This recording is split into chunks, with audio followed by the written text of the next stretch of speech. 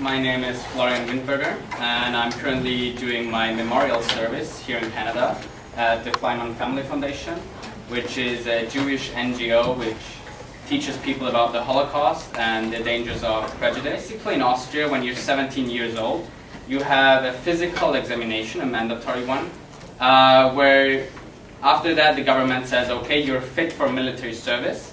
We have a conscription, we have a mandatory military service, and if you're seen fit physically, then you have to go to the military.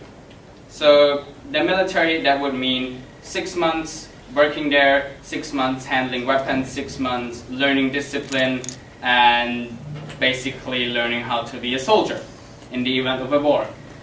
If you think that military service is not right for you and you do not want to handle weapons, then you can say that and you have the opportunity to do something else. If you say you don't want to stay in Austria and you feel like you have some sort of global responsibility and want to do something abroad, there's also the chance to do that.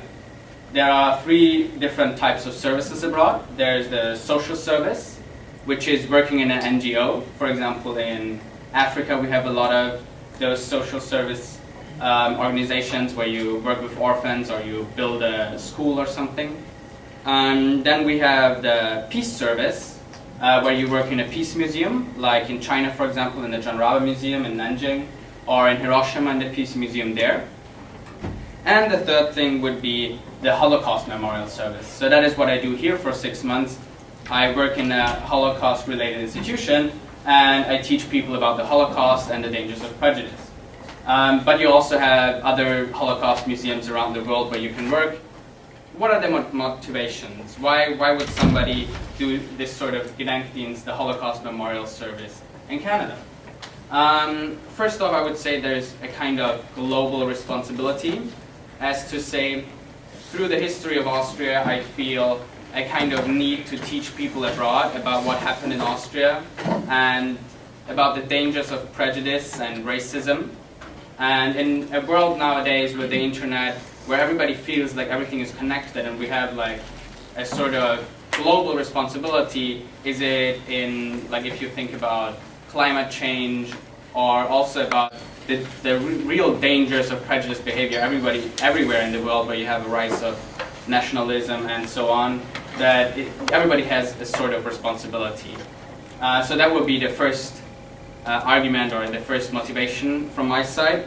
The second one, of course, would be an intercultural experience. So, of course, if I'm from Europe, it's always a cool experience to go abroad, which is why I chose to go to China. I speak Chinese, at least a little bit, and that was a really cool experience. Here, of course, in Canada, North America is also quite different from Europe, so there's also a really interesting intercultural experience, even more so in Montreal, where you have a lot of different ethnicities, a lot of different people from all over the world. The third thing, kind of learning from the past, as I said before, if you look at Austria's history of the Holocaust and of the Second World War, it is very important that we learn from the mistakes that Austria did and also Germany did, and that we do not let similar things happen nowadays. Which brings me to the fourth thing, preventing genocide through education. That is basically what I do here. I tell you guys a little bit about the Holocaust, the dangers of prejudice, moral responsibility. But I also want to show you some modern examples of propaganda. So here, for example, you have the National Party of Austria with some of their posters and slogans. So, for example, on the top right, you would have, "Love your neighbor, from me, that's our Austrians." Or, "More courage for our Viennese blood, too much that is foreign helps nobody." So the idea that the party tries to convey and tell the people is that only the Austrians, we only care about Austrians, right? If immigrants come to our country, we don't care about them. For me, for our country, our neighbor, and our friends, those are only the real Austrians. So that's a really nationalistic ideology, which reminds a lot of the propaganda during the Nazi time. A really good example of modern media would be the Fox News. You probably know that news station in the US. that is a news station that is based on fiction most of the time. So they always, like if you just watch that for 1 hour, you will see at least 10 different stereotypes of immigrants, how everybody in the Far East is a terrorist. They really are a good example of modern propaganda. You could also have seen that before, probably during the war in Iraq.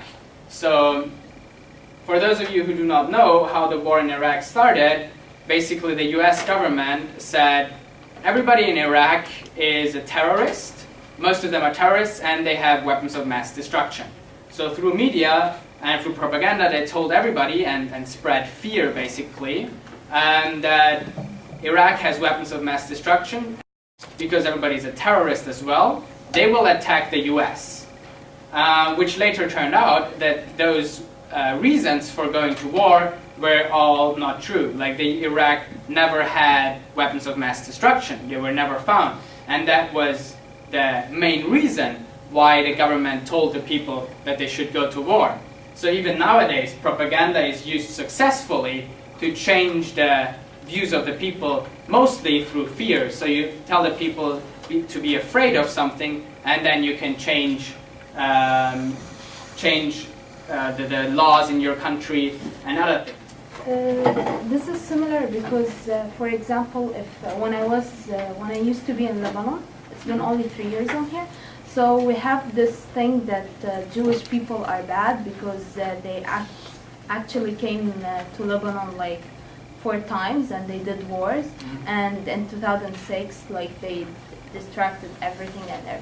So I hold this belief when I came here, but when I came here I met a lot of Jewish people, and what did they click in my mind that it's not about Jewish people. Jewish people are really good. They're probably even better than people I knew before, like in Lebanon, in my community. And it's not about Jewish people, it's about the politics, like the government thing. Right. So now I understood that I'm not gonna be against Jewish people. I'm just gonna be against the politics that some of them believe it's true, but not all Jewish people. We cannot generalize that. Yeah, you cannot generalize. That's what I mean. Yeah, and I like now when you were talking about that, I remembered that, and it's really useful. Like I find like honestly what you're doing, like if like everyone contribute any small things like that, we can make change in society.